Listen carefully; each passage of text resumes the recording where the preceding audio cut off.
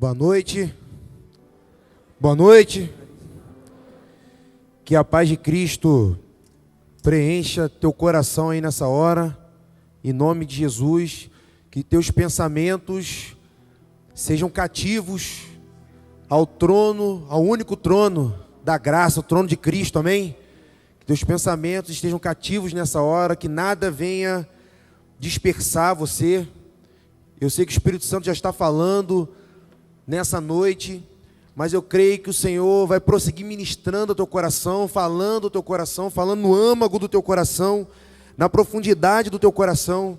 Você que nos acompanha também pela internet, que você se sinta abraçado nessa hora pela paz de Cristo, que excede toda a razão humana, independentemente do que você está passando, da circunstância que você está vivendo.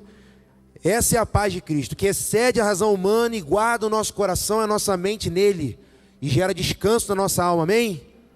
Amém ou não amém? Eu quero compartilhar uma palavra. Ore pela minha voz, já comecei rouco, e que Deus me dê graça para prosseguir com voz até o final dessa ministração. Eu quero começar falando que, ouvindo a palavra semana passada, que Samuel ministrou, estava ouvindo lá em Niterói, acerca dos sonhos, das promessas de Deus, acerca do que Deus quer fazer sobre o seu povo, acerca do avivamento que Deus quer fazer nesses dias. Por um lado, eu via Deus falando o que Ele quer fazer, o que Ele vai fazer, o que Ele pretende fazer com as nossas vidas, com as nossas famílias, as nossas casas, o derramar que Deus quer fazer sobre nós. Por um lado tem o agir de Deus, mas eu também vi Deus convocando o seu povo por um tempo de arrependimento. Escolhas, decisões vão decidir destinos.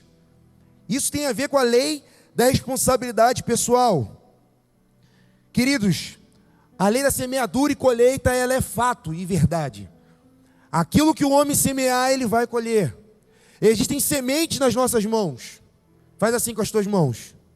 Sei que a gente está aí, né, pandemia, máscara, mas você já me conhece, né? Eu não consigo ministrar sem compartilhar ali, fazer você compartilhar com a pessoa que está ao teu lado. Mostra assim a tua mão para a pessoa que está ao teu lado. Diz assim para ela: você tem sementes. Sementes são atitudes, escolhas, decisões que nós tomamos no dia a dia. E eu creio que o Senhor nos chama a fazer escolhas certas, para que não venhamos abortar as promessas de Deus, restaurar o nosso passado, como diz Franco, restituir o nosso presente, semear para o futuro, para que o nosso futuro esteja condizente com o que Deus vai fazer sobre a terra, para que o nosso futuro esteja condizente com os sonhos e os planos, as promessas de Deus. Queridos, a semeadura, ela é opcional. Você semeia aquilo que você quer, mas a colheita, ela é obrigatória. A semente, às vezes, a gente não dá valor, porque são atitudes e escolhas que às vezes se revelam no dia a dia. Mas a colheita, ela tem uma proporção maior. Osés fala que aquele que semeia vento, colhe tempestade. A proporção da colheita, ela é muito maior. Uma coisa é certa: o Senhor continua fazendo a obra em nós. Nós somos a obra de Deus. Essa obra não está completa, mas dependendo das nossas decisões, nós podemos abortar. Se nós não vigiarmos nas nossas escolhas, com aquilo que temos ouvido, nós podemos abortar os sonhos, a visão, os propósitos, os planos, as promessas de Deus, e vamos parar num destino muito distante daquilo que Deus tinha traçado. Eu vejo que Deus, quando nós recebemos Ele em nossa vida, Ele tem um caminho para nós. Ele tem planos para nós. Ele tem sonhos para nós. É como se fosse um trilho. Só que dependendo das nossas escolhas, nós nos afastamos daquilo que Deus tem para nós. Aí às vezes nos arrependemos, voltamos, depois saímos de novo. Mas nós precisamos atentar se nós estamos realmente alinhados com o que Deus está falando nesses dias. Você está aí? Quantos me compreendem até aqui? Amém? Eu quero falar sobre uma geração de dois meninos que se tornaram homens, mas que viveram na mesma época. Eu quero falar um pouco sobre Esaú e Jacó. Quero falar um pouco sobre a vida desses homens.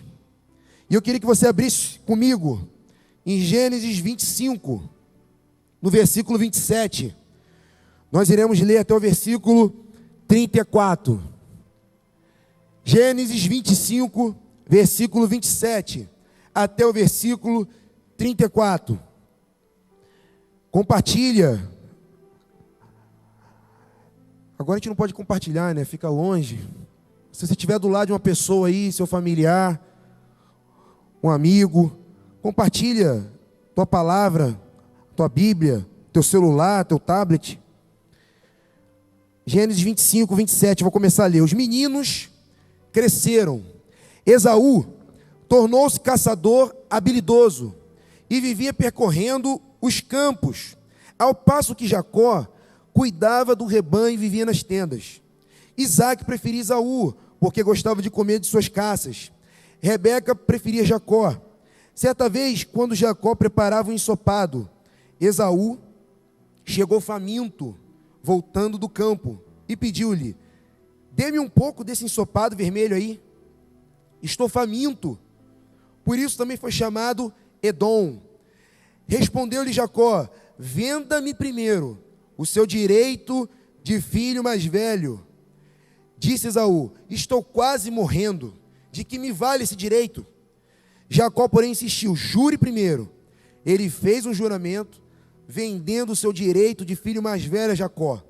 Então Jacó serviu a Esaú pão com ensopado de lentilhas. Ele comeu, bebeu, levantou-se e se foi. Assim, Esaú desprezou o seu direito de filho mais velho. Queridos, esse direito de primogenitura, o direito de filho mais velho, não era simplesmente o direito da prerrogativa de ser o filho mais velho, somente isso. Existia algumas coisas atreladas a esse direito de primogenitura. Vocês que conhecem a história, Deus liberou uma palavra sobre o avô de Jacó, de Esaú, que é Abraão.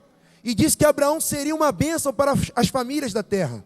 Disse para Abraão que Abraão iria povoar essa terra como as estrelas do céu, como a areia do mar. E liberou uma promessa sobre a vida de Abraão.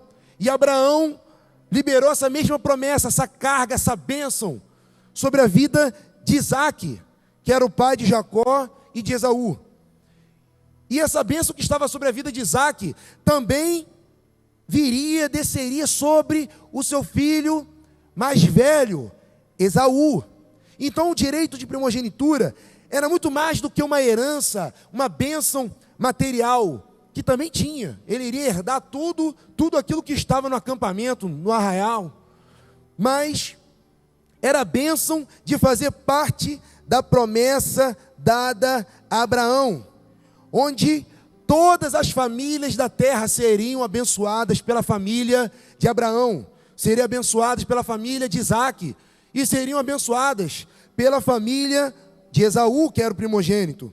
Era o privilégio de fazer parte da linhagem messiânica, fazer parte da linhagem de Jesus, fazia parte desse direito de primogenitura.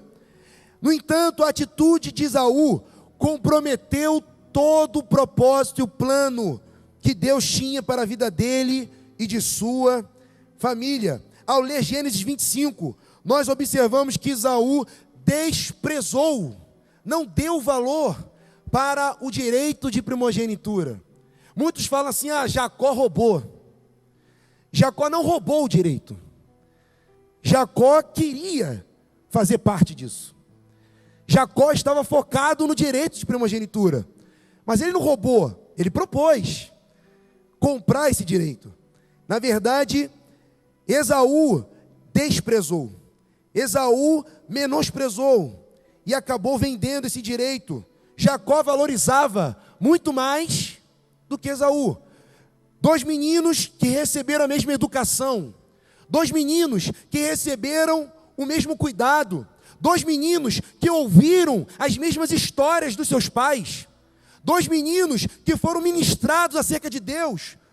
2 adolescentes, 2 homens que ouviram a mesma coisa, mas um desprezou e o outro valorizou, ansiava pelo direito de primogenitura. Vocês podem ver, queridos, que Deus leva a sério essa questão do direito de primogenitura, porque o próprio Jacó teve 12 filhos. O normal seria que a bênção que estava sobre Jacó, que depois ele recebeu, fosse para Rúben, que era o filho primogênito dele. Mas Rúben se deitou com a concubina de seu pai, e Deus reprovou Rúben. O próximo seria Simeão. Simeão e Levi entraram dentro de uma cidade chamada Siquém e assassinaram todos os homens de uma cidade. Deus também reprovou esses homens. E o 4º filho era Judá. E Judá fez parte da linhagem messiânica de Jesus, da linhagem de Jesus. Porque Deus viu em Judá alguém que tinha condições de participar do plano, dos projetos, das promessas dele. Quantos me compreendem até aqui, queridos? Na verdade, por causa de uma escolha insensata, Esaú ficou de fora das promessas de Deus. Por conta de uma escolha insensata, muitos hoje têm se tornado infelizes como Esaú. Por causa de uma escolha insensata, muitos têm deixado de provar as promessas do Senhor sobre as suas vidas e têm caído em vale da desgraça, nas garras da desgraça. Eu queria que você abrisse em Hebreus 12 aí comigo, porque Hebreus 12 vai citar também Esaú. Hebreus 12 vai mencionar a postura que Esaú tomou naqueles dias. Quando você abre em Hebreus 12, versículo 16 e 17, nós vemos que troca infeliz que Esaú fez na sua vida.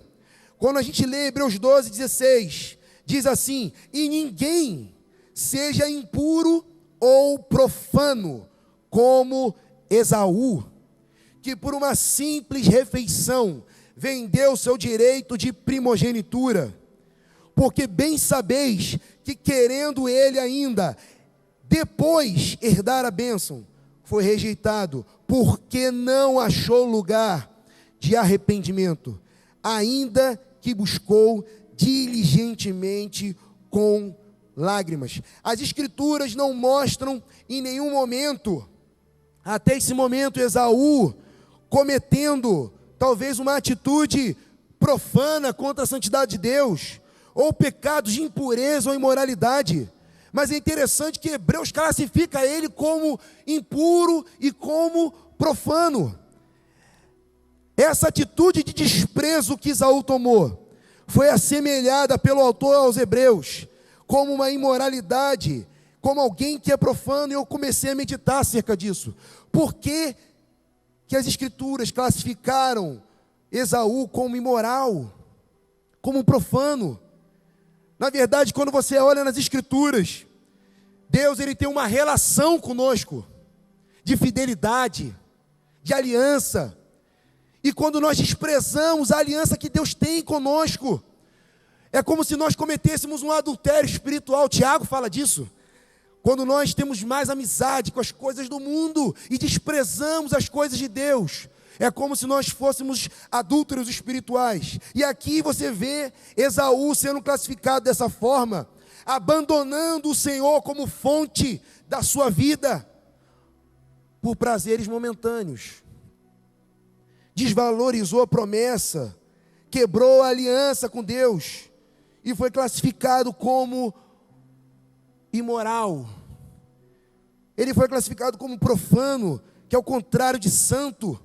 Você pode ver que Esaú, quando tinha 40 anos de idade, ele acabou efetuando alianças com outras mulheres do povo heteu, e que essas esposas se tornaram amargura para os seus pais.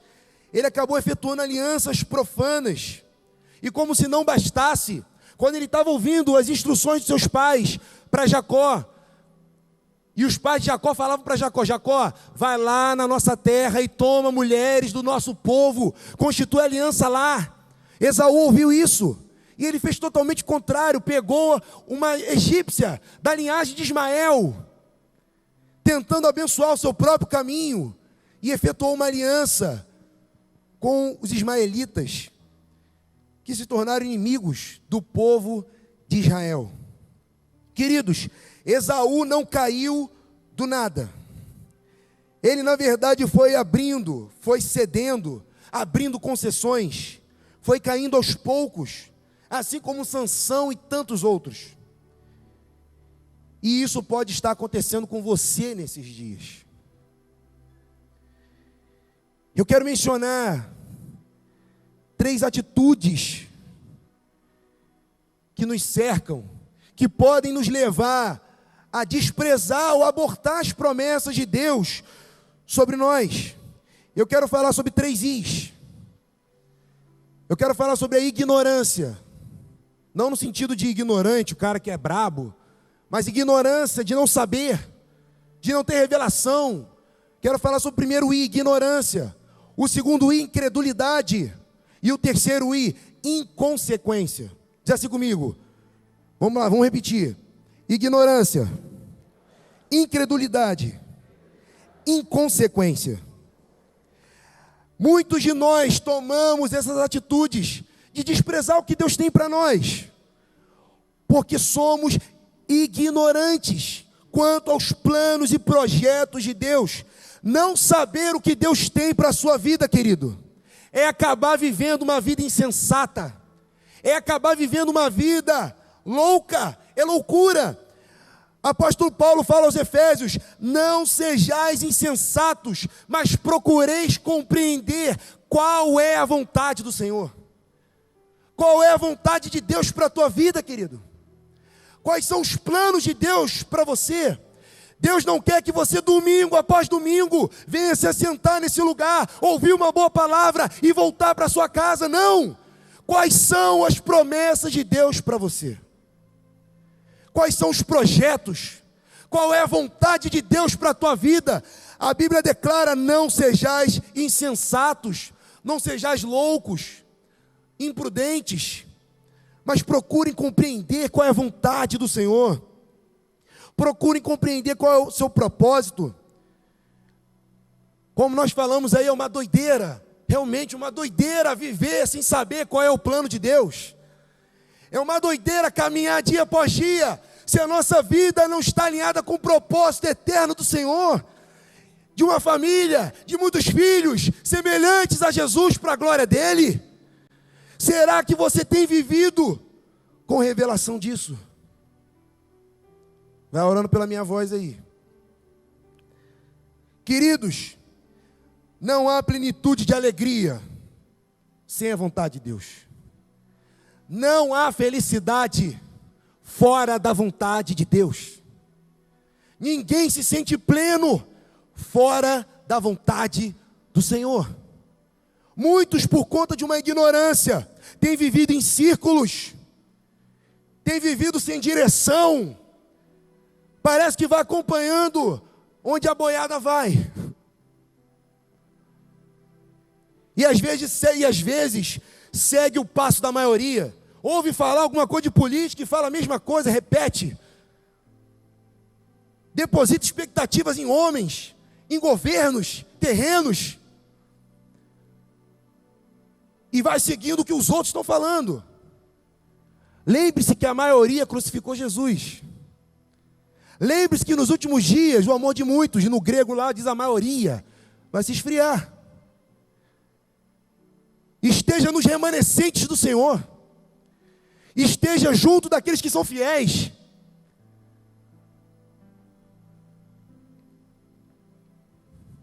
Quantos me compreendem? Não podemos ser ignorantes quanto à vontade de Deus. Esse é o primeiro I. Porque se eu for ignorante, se eu não tiver entendimento, revelação, eu posso estar abortando as promessas de Deus sem saber. e lá na frente essa conta chega, e eu colho danos que podem ser irreparáveis. Segundo I, incredulidade. Aqui são pessoas que têm entendimento, sabem quais são os sonhos de Deus, sabem quais são os planos de Deus para as suas vidas, sabem quais são as promessas. Elas não são ignorantes, elas não são desconhecedoras dos propósitos de Deus. Mas parece que hoje o seu coração está apático. Parece que o seu coração não quer mais se comprometer com o evangelho do reino. Acabam caindo no campo da incredulidade. Provaram do Senhor e hoje não creem mais. Hoje estão interessadas somente em suprir suas necessidades, suas carências. Parece que não querem fazer mais parte dos sonhos de Deus. Estão mais interessados em cumprir seus sonhos pessoais. Alguns desceram da cruz e pegaram a sua vida de volta. Não querem mais seguir Jesus pelo que Ele é, mas sim pelo que Ele pode fazer. Então, às vezes, está ali buscando o Senhor só para suprir as suas necessidades. O povo de Israel caiu nisso. Em Hebreus 3,19 declara que por causa da incredulidade, o povo de Israel não pôde entrar no descanso, não pôde entrar na terra prometida, ao ponto de preferirem a proteção de Faraó, ao ponto de preferirem a sombra do Egito, as comidas do Egito, e recuarem, voltarem atrás. Como se encontra o teu coração nessa noite? Será que você andava ignorante? Será que você não é ignorante? Você conhece, você sabe o que Deus tem, mas teu coração hoje está frio, está incrédulo.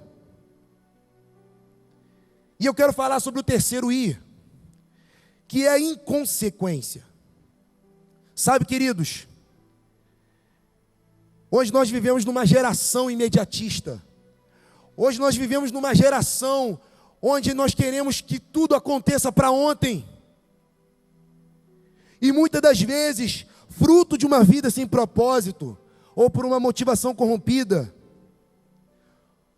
por causa do nosso imediatismo, nós não pensamos nas consequências das nossas atitudes.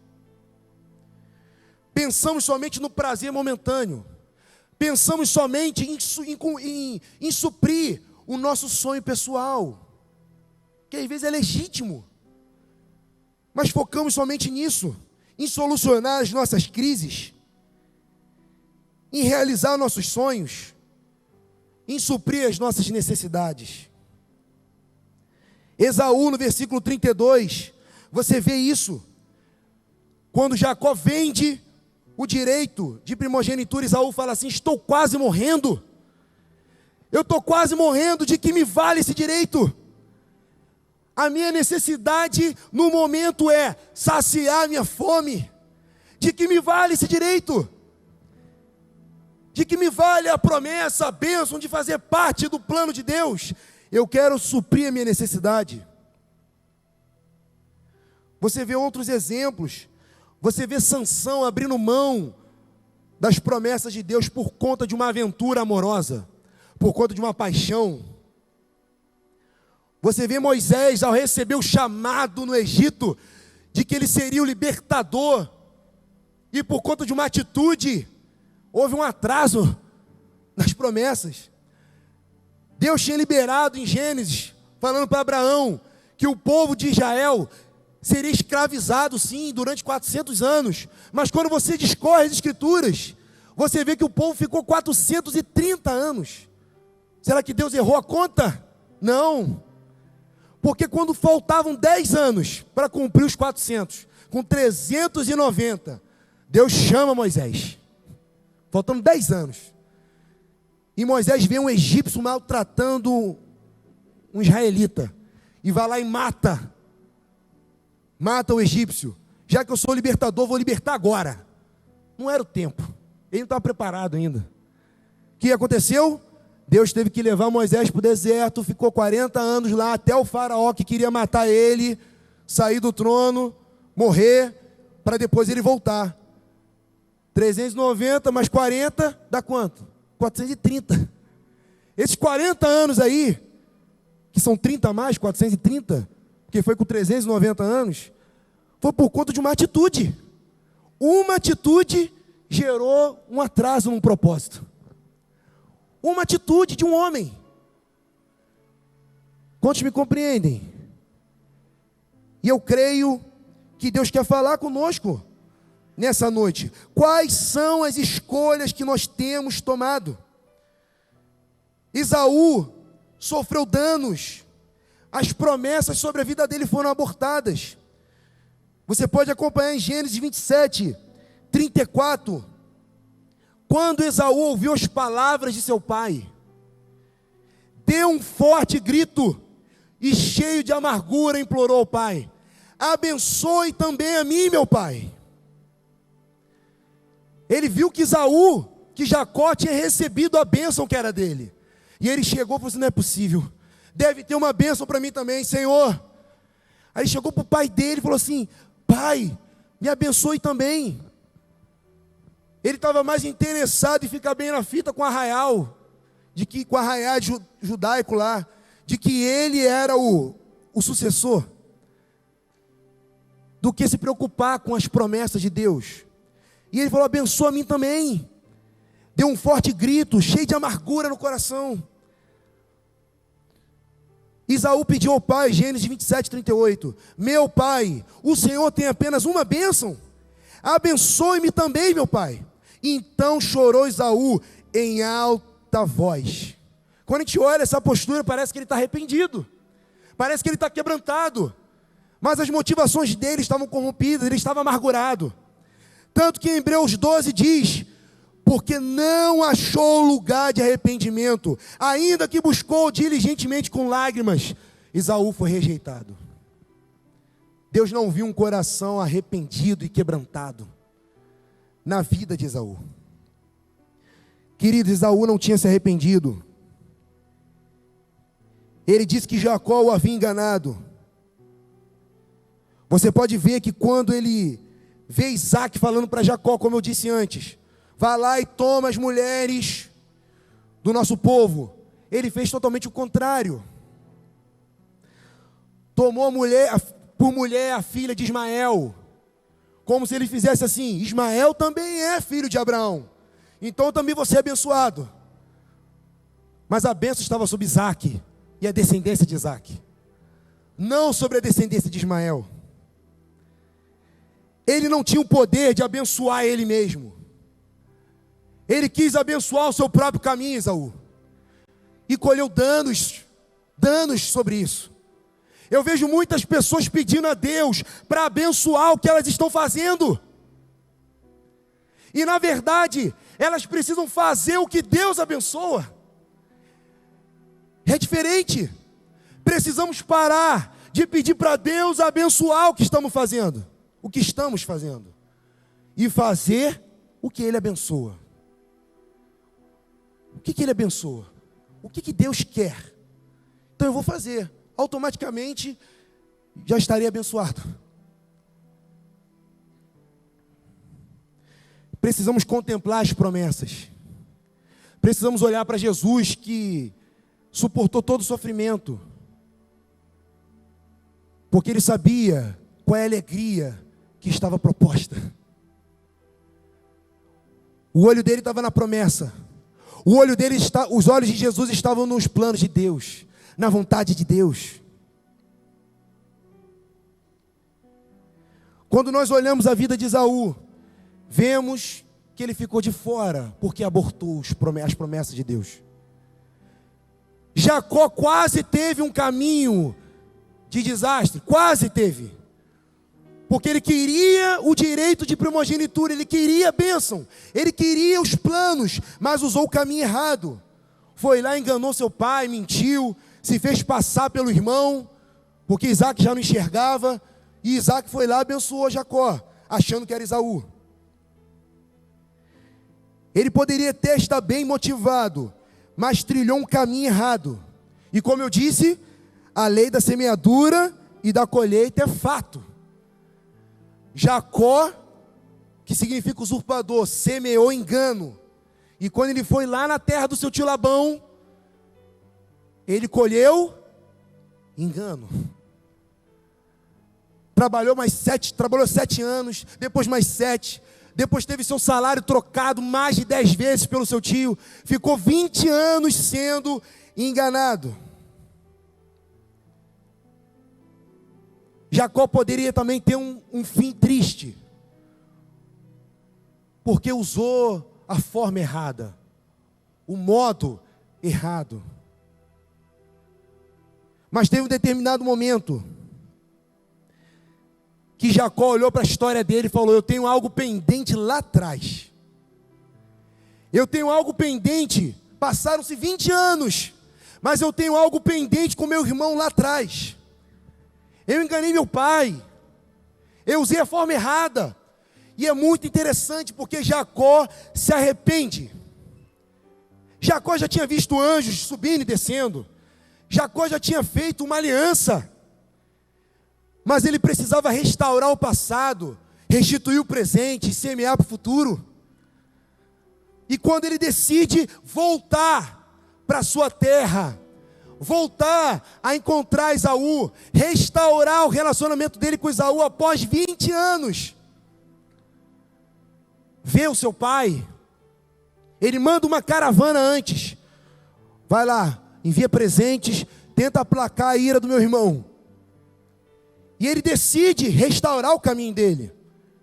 É como se Deus olhasse para Jacó e falasse assim: agora ele está pronto, agora eu vou fazer algo especial na vida do meu servo. Ele está disposto a fazer a minha vontade da maneira certa.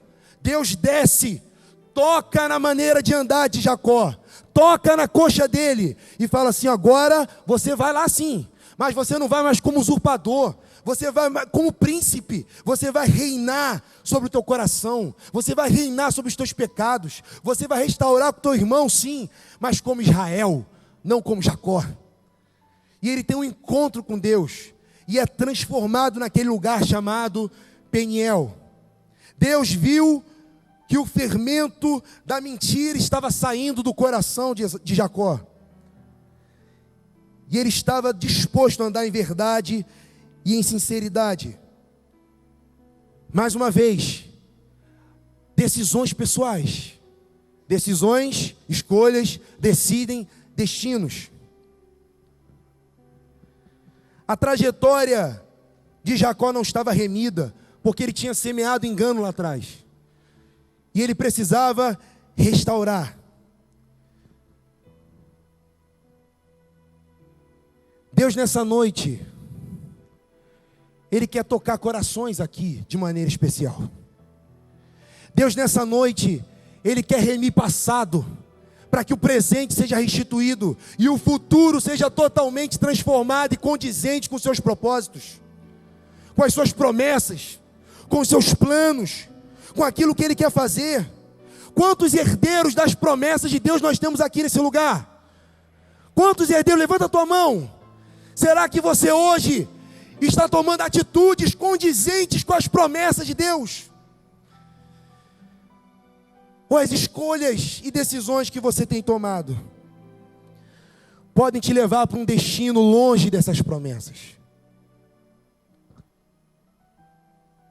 Quantos me compreendem?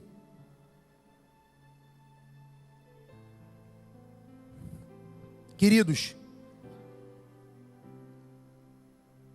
Deus quer fazer um Peniel na tua vida. Deus quer tocar a tua coxa. Deus quer tocar a tua maneira de andar.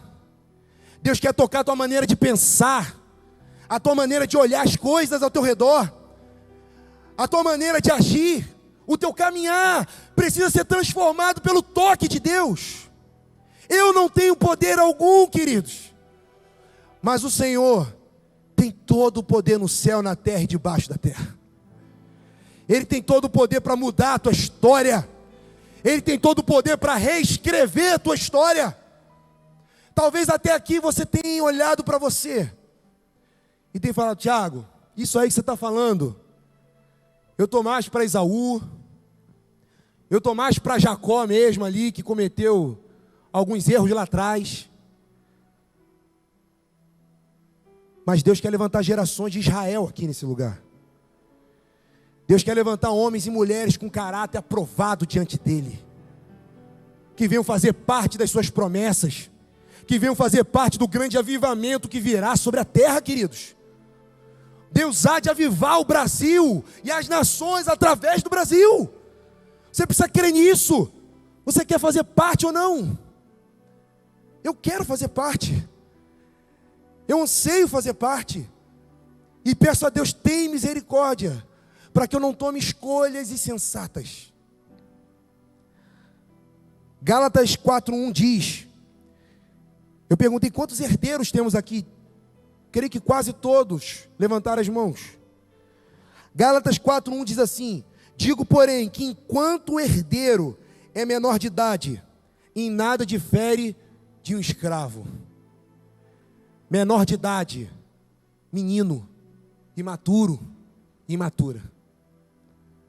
Quando nós somos imaturos, quando nós somos imaturas, pessoas que são herdeiras, mas ainda é imaturo, ainda não tem a maturidade para experimentar o agir de Deus, as promessas de Deus. Gálatas diz que nada difere de um escravo. Não pode ainda exercer o direito, não pode ainda exercer, tomar posse. Escravo fala de alguém que está preso pelos seus próprios sentimentos, pelos seus próprios desejos, pelas suas próprias escolhas. Querido, Jacó restaurou seu passado, restituiu seu presente e semeou para o futuro. Feche teus olhos. Qual geração você faz parte? Qual é a geração que você faz parte? Melhor, vou fazer uma pergunta melhor. Qual é a geração que você quer fazer parte? Existe a geração de Sansão, de Esaú, formadas por pessoas com um tremendo potencial, mas estão afogadas na sua cegueira, apatia, talvez cirandados pela sensualidade, sujeitos a tormentos, a ações malignas, presos, cativos, sem fervor, estão experimentando algo pior que a morte, que é uma vida sem propósito.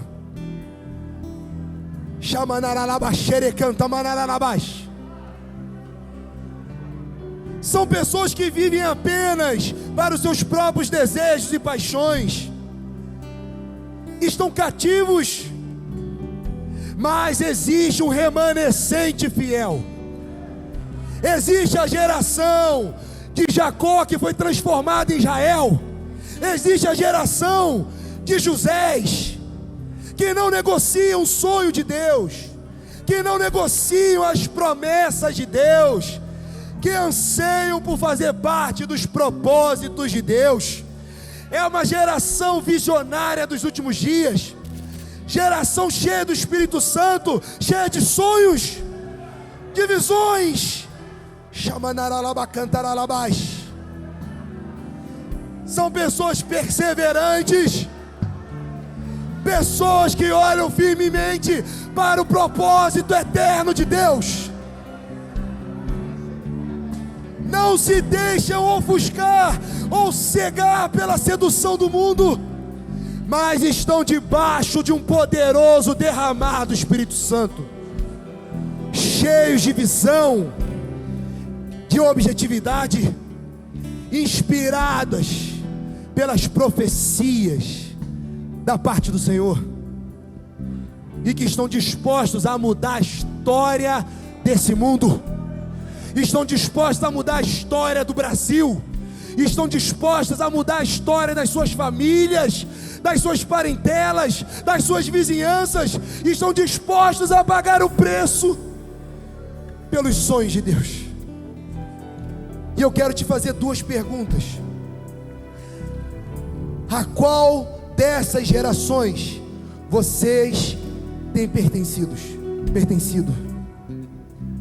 Melhor, a segunda pergunta é a mais importante: a qual geração você quer pertencer? Que não passe de nós o Espírito do Senhor, que não passe da tua vida o Espírito do Senhor. Nós iremos voltar nessa canção, e Deus colocava firmemente no meu coração que hoje haverá uma transformação de gerações aqui. Gerações de Jacó, gerações de motivações corrompidas, sendo transformadas em gerações de Israel, príncipes, princesas, autoridades, reinos do Senhor, para subjugar o pecado, o mundo e o diabo. Nós iremos cantar essa canção novamente. O Deus Todo-Poderoso está aqui nesse lugar. Isso não compete a mim, mas compete a Ele. Um toque dEle na tua vida, tudo pode mudar, queridos. Nós vamos cantar essa canção. Eu quero te fazer esse convite: a qual geração você quer pertencer? Não são palavras persuasivas de sabedoria que vão mudar a tua história. Eu disse que o Deus Todo-Poderoso está aqui nesse lugar. E há pessoas que estão sentadas aí, ou estão no seu lugar, e estão relutando em atender o chamado de Deus. Mas o Santo de Israel, Deus Todo-Poderoso, está aqui nesse lugar. E basta olhar nos seus olhos de fogo, que Ele é poderoso para transformar tudo que é em nós. Vamos levantar um clamor. Vamos levantar um clamor nesse lugar. Deus quer incendiar corações aqui nessa noite. Deus quer tocar na coxa. Não bastava somente Jacó querer mudar a sua postura, precisava também do poder de Deus tocar ele.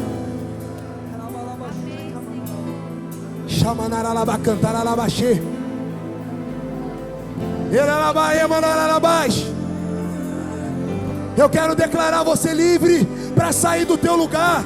Não se importe com o que as pessoas irão pensar acerca da tua vida. Simplesmente dê um basta. Dê um basta. Hoje é uma noite de você dar um basta, de você dizer: Senhor, eu quero fazer parte desse avivamento.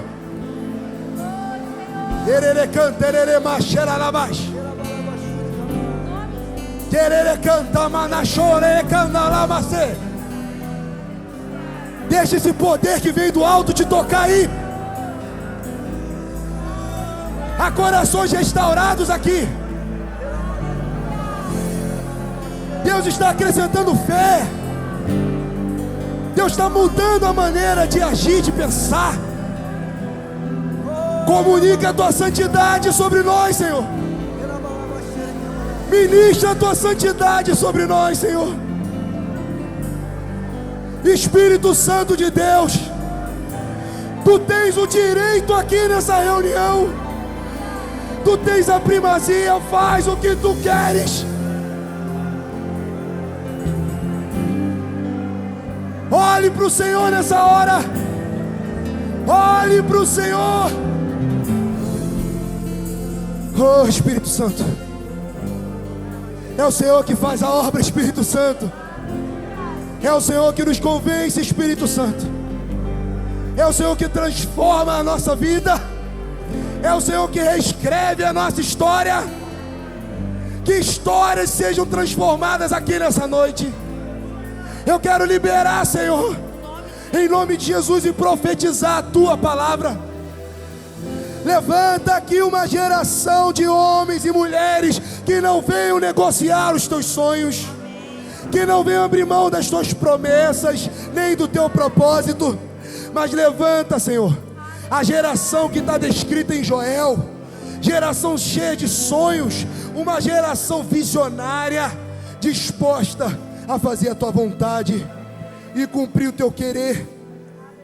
Levanta uma geração de José, levanta uma geração de Israel transformado. Levanta, Deus, nesse lugar, que nós possamos sair daqui desafiados a não comprometer as tuas promessas, mas a semear, restaurar o nosso passado, restituir o nosso presente e semear para um futuro promissor em Cristo Jesus. É isso que eu declaro, Deus. Continua falando aos corações. Se há pessoas aqui que não tinham compromisso com Cristo, que não tinham experimentado o que é viver uma vida com o Senhor, venha nos procurar. Procure pessoas que estão ali no teu convívio, se você foi convidada por alguém. Mas não saia dessa reunião e não volte para a tua casa sem você dar o teu nome e você pedir ajuda. Aqueles que estavam afastados estão retornando a mesma coisa. Peça ajuda. Estamos aqui dispostos a cooperar contigo nesse recomeço no Senhor. Faça o caminho de volta.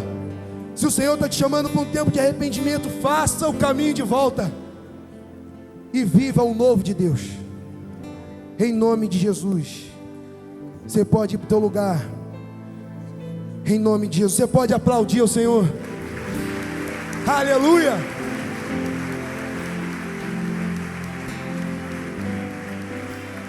Oh, aleluia.